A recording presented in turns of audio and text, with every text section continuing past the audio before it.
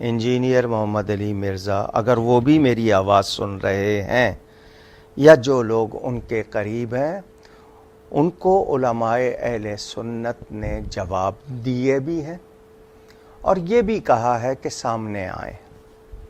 وہ کسی کے سامنے نہیں آتے، کسی سے آ کر سامنے بات نہیں کرتے کہ جانا جائے کہ ان کی قابلیت کیا ہے، کیونکہ مکالمہ، مباحثہ، مناظرہ اس کے کچھ اصول ہوتے ہیں۔ تو یہ شخص سوشل میڈیا کا فائدہ اٹھا کر اپنے کچھار میں بیٹھ کے باتیں کر رہے ہیں۔ ان کو دعوت دی گئی آئیں، وہ آتے نہیں ہیں۔ جو وہ باتیں کر رہے ہیں ان کو لگام دینے والا کوئی نہیں ہے۔ جواب دینے والوں کو لوگ کہہ دیتے ہیں کہ جی یہ فرقہ واریت پھیلا رہے ہیں، یہ تشدد کر رہے ہیں، لیکن جو شخص بیماری پھیلا رہا ہے اس کو پکڑیں، تو یا تو اس کو بٹھائیں علماء کے سامنے، پتہ لگ جائے، دودھ کا دودھ اور پانی کا پانی ہو جائے۔ وہ آتا نہیں ہے، اس کو پتہ ہے کہ وہ سامنا نہیں کر سکتا، علمی قابلیت نہیں ہے اتنی، صرف شور مچا رہا ہے۔ صرف علماء کو کہتے ہیں کہ جی آپ جواب دیں، تو ایسے شخص کے بارے میں اس کو کہتے ہیں نا جو لاتوں کے بھوت ہوتے ہیں، وہ باتوں سے نہیں مانتے۔ تو یہ شخص شاید کسی سے بات نہیں کرنا چاہتا، صرف شور کرنا چاہتا ہے۔ جس طرح دوسروں کا طریقہ ہے کہ وہ شر پھیلاتے ہیں، ہم جواب دیتے ہیں، جواب کو خاطر میں نہیں لاتے، اپنا وہی طوطے کی طرح رٹا لگاتے رہتے ہیں۔ تو صرف اس طرح اعتراض کرنا یہ بھی درست نہیں ہے۔ ہاں وہ آئے سامنے بات کرے۔ کئی علماء نے سوشل میڈیا پر جواب دیے ہیں، اس کو چیلنج بھی کیا ہے، اب اگلا نہیں آ رہا، تو کیا ہم لوگ کوئی غلط راستہ اختیار کریں؟ یہ تو ہمارا طریقہ نہیں ہے۔ تو واضح رہے کہ اس کے بارے میں جو سننے والے جن کو پتہ چل رہا ہے، اول تو سننا نہیں چاہیے۔ اب یہاں میں کہوں گا تو میرے کالج پڑھنے والے، یونیورسٹی پڑھنے والے سارے وہ کہیں گے دیکھو مولانا صاحب اب دنیا ترقی کر گئی ہے، اتنی باتیں پہلے چل جاتی تھیں اب نہیں چلیں گی، اب لوگوں کو سمجھ آ گئی ہے۔ وَأَعْتَدْنَا لِلْكَافِرِينَ عَذَابًا مُهِينًا، اور اللہ تعالیٰ نے ایسے کافروں کے لیے ذلیل و خوار کر دینے والا عذاب تیار کر رکھا ہے۔ وَلِعَوْذُ بِاللَّهِ تعالیٰ۔ اچھا یہ جب آتا ہے نا والکافرین، لوگ بڑے بے فکر ہو جاتے ہیں، اچھا ہے کافروں کے بارے سے سانو تو نہیں کیا جا رہا ہے۔ اب کیا کریں جی ہم؟ پنجابی میں تو تراوی سے وی تراویاں بن جاندیاں نے، ان جاہلوں کا کیا کریں؟ تو قرآن میں اور عربی لنگوسٹک میں کفر کا صرف مطلب یہ نہیں ہوتا جو نان مسلم ہم لیتے ہیں۔ کفر کہتے ہیں انکار کو، کفر کہتے ہیں ناشکری کو۔ جو غیر مسلم ہے اس کو ہم کافر کیوں کہتے ہیں؟ کہ اس نے اللہ کے نبی کا انکار کیا۔ مسلمان بھی کافر ہو سکتا ہے۔ کس طرح؟ صحیح مسلم میں حدیث ہے، بندے کے کفر اور ایمان کے درمیان فرق نماز ہے۔ تو اللہ کے فضل سے، بلکہ کہنا چاہیے اللہ کے غضب سے، پاکستان کے مسلمانوں کی اکثریت کافر ہے۔ عقیدے میں ہم مسلمان مانتے ہیں، عملاً کافر ہے کیونکہ نماز چھوڑ رہے ہیں، لیکن ان کو ہم کافر نہیں کہتے۔ کیوں؟ عقیدے میں مسلمان ہیں، ان کے کلمے کا احترام کرتے ہیں، جس طرح صحابہ نے خوارج کے کلمے کا احترام کیا، حالانکہ خوارج صحابہ کو اعلانیہ کافر کہتے تھے۔ یہ ہم نے صحابہ کا فہم لیا ہے کہ اگر کسی میں کوئی کفر کی بات بھی پائی جائے اور وہ آپ کا اہل قبلہ اور اہل کلمہ ہے، آپ اس کی تکفیر نہیں کریں گے ورنہ دعوت کا دروازہ بند ہو جائے گا۔ ایک بڑا یہ خارجیوں کی اپروچ ہے کہ آپ کلمہ گو کو کافر کہنا شروع کرتے ہیں، جس طرح ہمارے یہاں پہ کئی جماعتیں ہیں جو خوارج والا کام کر رہی ہیں، دوسروں کی تکفیر کرتی ہیں۔ اس ایشو کو سمجھنے کی ضرورت ہے۔ بہرحال عربی میں کفر کہتے ہیں ناشکری کو، انکار کو۔ اچھا غیر مسلم بھی ناشکرا اس لیے ہوتا ہے کہ اس نے اللہ کی دعوت کو قبول نہیں کیا، پیغمبر کی قدر نہیں کی، تو ناشکرا ہے۔ جس اللہ نے اس کو پیدا کیا وہ اس کی عبادت نہیں کرتا، وہ ناشکرا ہے۔ تو اگر ایک کافر اللہ کی عبادت نہ کر کے ناشکرا ہے تو مسلمان عبادت نہ کر کے شکر گزار ہے؟ اگر آپ مجھ سے پوچھیں تو وہ بڑا مجرم ہے۔ جو بندہ ریگستان میں پیاسا مر جائے اس پہ کم ترس آئے گا آپ کو، لیکن جو دریا کے کنارے پیاسا مر جائے اس پہ زیادہ ترس آئے گا کہ ظالم تجھے پتہ ہی نہیں دریا تیرے سامنے سے گزر رہا تھا، تیرے گھر میں قرآن موجود تھا اور تو شرک پہ مر گیا۔ چلو جس تک قرآن کی دعوت نہیں پہنچی اس کا معاملہ تو اللہ کے سپرد، تو کیوں بدبختی میں مر گیا؟ تو یہ بھی کفر ہے۔ کفر کہتے ہیں ناشکری کو. لہٰذا قرآن پڑھتے ہوئے جب بھی یہ ذکر ہے نا کفر کا, تو یہ آپ نے اس کا ترجمے سے فوراً جو ہے وہ ٹرمپ یا مودی کو ذہن میں نہیں لے آنا.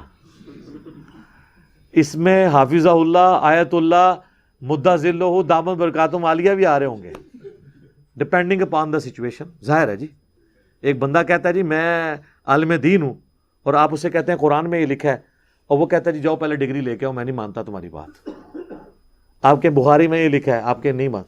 میں نے کئی بار ایک واقعہ سنا ہے, ہمارے ایک بھائی انہوں نے حنفیوں کی مسجد میں ایک نماز پڑھی, دیوبندی یا بریلوی کسی ایک مکتبہ فکر کی مسجد تھی, اور وہ جو امام صاحب تھے نا انہوں نے اپنے ساتھ وہ ایک ڈیسک رکھا ہوا تھا, جس وہ ڈیسک رکھے ہوتے ہیں نا عموماً, جس کے نیچے چھوٹا سا تالا بھی لگا ہوتا ہے,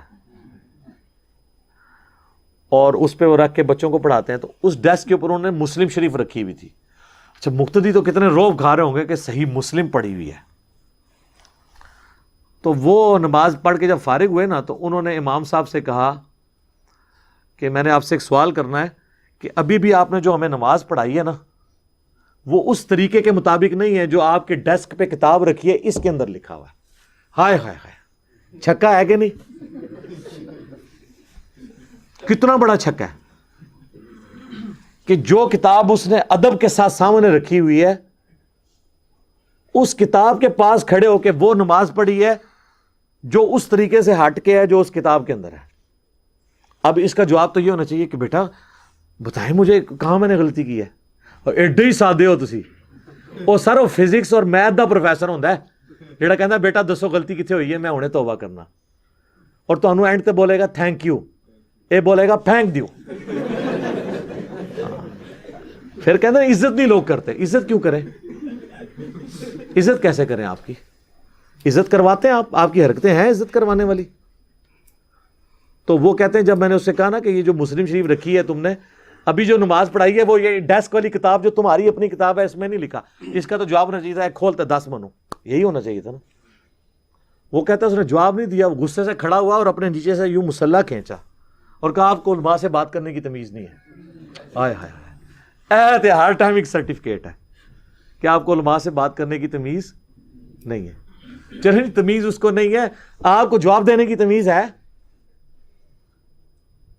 یہاں کئی لوگ آتے ہیں بڑے روڈ انداز میں سوال کرتے ہیں, تو میں نے کبھی یہ نہیں کیا کہ میں ان کے اس روڈ انداز میں سوال کا جواب نہ دوں. ہاں یہ ہو سکتا ہے کہ میں کسی کو تھوڑا گائیڈ کروں کہ یار اس کو یوں نہیں یوں یہ چیز ہے, لیکن جواب ضرور دوں گا کیونکہ اس سے میری آخرت جڑی ہوئی ہے. اگر مجھے ایک بندہ آ کے بتاتا ہے کہ جی یہ آپ نے اپنے ڈیسک پہ جو کتابیں ہیں آپ نے جو بات کی فلاں تو اس کے خلاف ہے, تو مجھے تو رات کو نیند نہیں پڑنی چاہیے. اللہ کے فضل سے آج تک کوئی بندہ ایسا نہیں ہے جو یہ کہے کہ جو آپ بیان کر رہے ہیں وہ اس کے الٹ لکھا ہوا ہے. ان کو بھی پتا ہے, ہمارے مخالفین کو بھی پتا ہے کہ جو کچھ کہہ رہا ہے لکھا یہی ہوا ہے, بس بیان نہ کریا کرے. تھوڑا بزرگاں تے ہاتھ کھولا رکھو. بزرگ تے آن کے پائی گھیڑے, سیدھی جی گل ہے. جب توحید بیان ہوگی تو بزرگوں کی گستاخی آٹومیٹکلی ہو جائے گی.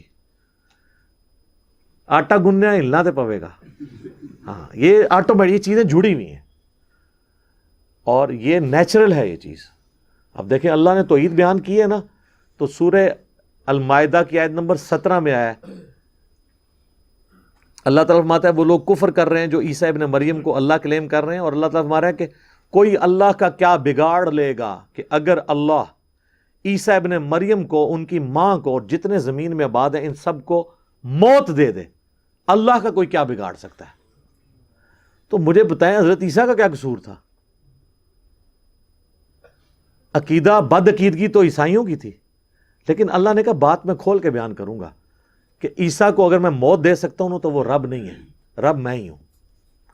تو رب کو اپنی توحید بیان کرنے کے لیے عیسیٰ ابن مریم کا حوالہ بھی دینا پڑا, جو شاید آپ کی نظر میں گستاخی ہو.